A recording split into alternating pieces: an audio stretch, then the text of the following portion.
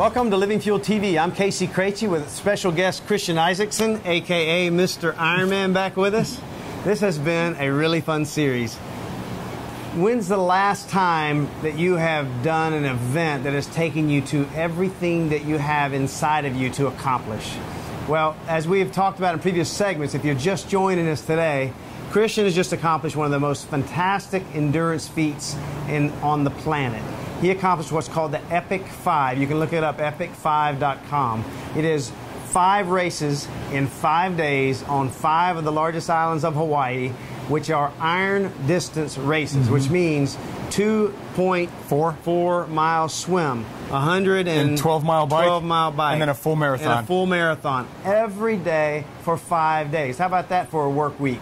So it's awesome to have you back, brother. Thank you. Thank you. So, it's awesome to be here. Accomplishing that, I mean, I just continue to marvel at the level of athlete that you are to accomplish this thing. You know, we've heard of the tortoise and the hare, and we talked about last segment how, you know, a lot of triathlon, weekend warrior triathlons, you know, come to us and they say, well, how do we fuel ourselves for this? And they've been following this pattern of some book they read about a world-class athlete that's doing it like, you know, you do it like 9.5 hours on a race you're racing. I'd like to get, that's what I'm shooting for. I'm just above 10 right now, but I'm working my way down. So, but you started at 30.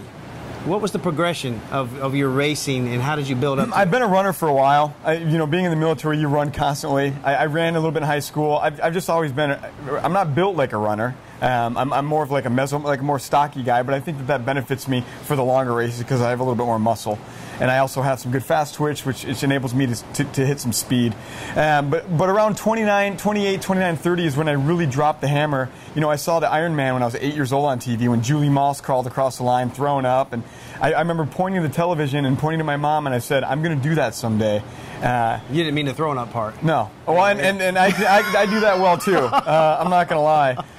And probably I throw up sometimes more in training than I do in racing. But I think I dedicated myself knowing that, hey, this is going to take me 10 years. It's going to take me 10 years of my life to get to where I want to. I'm right around year 7, and I'm still not there. I have a long way to go. And I talk to people all the time that ask me, what do I do? How do I get involved? And that's what you got to be willing to do. You got to be willing to commit 10 years if you're serious, and if you're not, go golf. I mean, go do something else. Weekend warrioring is fun. I'm more of an animated, gregarious guy that takes things to the limit. You ask my family.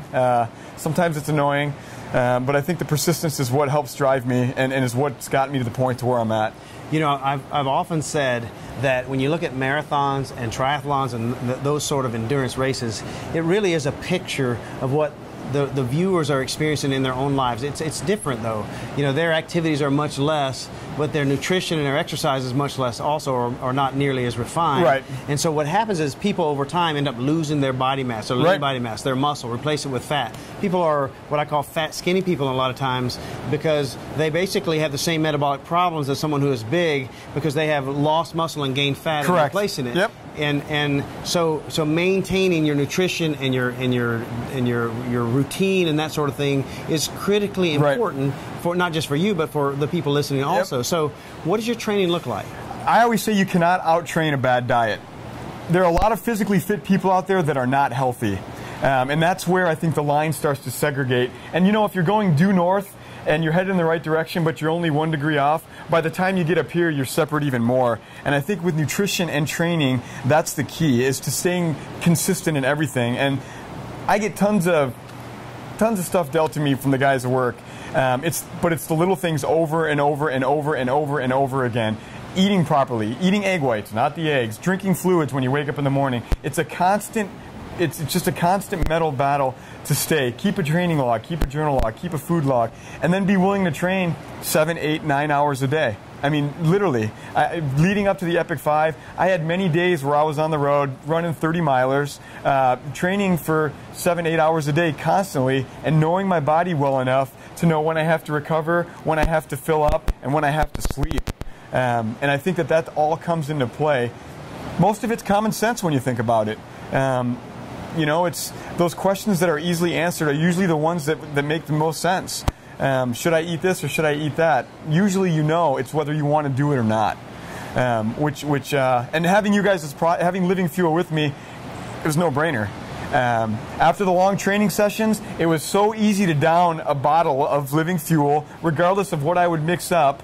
And it would give me a segue to get to the solid foods, where in the past when I would run 30 miles or put in a 7-hour bike ride on the trainer or do something physically that your body's not supposed to do, I couldn't eat solid foods after. So I think that was, like I said before in the last segment, that was a big piece of the puzzle for me, was to be able to get gas back in the tank. Because the minute your next training session starts, the second your one that you're doing ends. And that little segue between, so many people forget, and they plop down on the television and they think that just because you train for a long time, it gives you the liberty to eat pizza and burgers, and it doesn't work like that. It doesn't work like that. The body's a fine machine. Correct. And you gotta fuel it like you would a fine machine. Right. Interestingly, I remember the one message I got from you. I told you were going to feel better if you do this way. You need to increase your protein levels dramatically over what you were telling me you were doing, and to save muscle mass, lean right. muscle mass and lean body mass. You don't want to burn up heart muscle either. Right. Yep. So I got a phone call one day where you had done it between your swim and your bike, right. And you said, for the first day, I actually feel the difference. It just felt weird, and I was so, I have a lot of people trying to send me stuff, so I'm very cagey and hesitant, and it helps that you're a brother in Christ. I'm not going to lie. I mean, there's peace in mind knowing that, all right, this guy's on the same page as me, so that's awesome. But on a separate note, just the product itself, there was a week there where I'm like, I feel different, and it wasn't a placebo thing. It was everything, from being able to go to the bathroom easy. I mean, seriously, to staying hydrated, to just having the peace of mind of knowing after this workout, I have something that I know is going to work for me, versus still kind of rolling the dice. And I have a coach, Dave Cavarella is a great coach. He's helped me with my nutrition, and he and I discussed this, and he said, this is a great supplement to a great diet. You can't take away your greens and your fresh foods and your organic vegetables, but he's like, if you're using this and this, it's like a double whammy. The thing with Living Fuel is, there was times on the Epic 5 where that's all I had, and it was just as well as eating the rest of that stuff, all in one bottle. So every need of the body is addressed. Exactly. So yep. The thing that people don't get is that the broad spectrum antioxidant nature of right. that actually speeds up the pace of recovery yep. dramatically. And when you're in a sport where every day you're doing things, we have a lot of baseball players, right. golfers, tennis players, those sort of things that do hockey players that do every day. You break down your body, recovery is enormously valuable. So understanding how to do that yep. through nutrition and rest. I wasn't trying to bag on the golfers out there, just so you know, when I said the golf. I think golf's a physically demanding sport, and I didn't mean it to sound... Of course. No one's going to take it that way. All right, right on. Bowling? No, just kidding. But nonetheless, the way that I felt after I had the Living Fuel, after a hard day of 14 hours a day, 7 hours on the bike, normally it's hard for me to eat solid foods. Of course.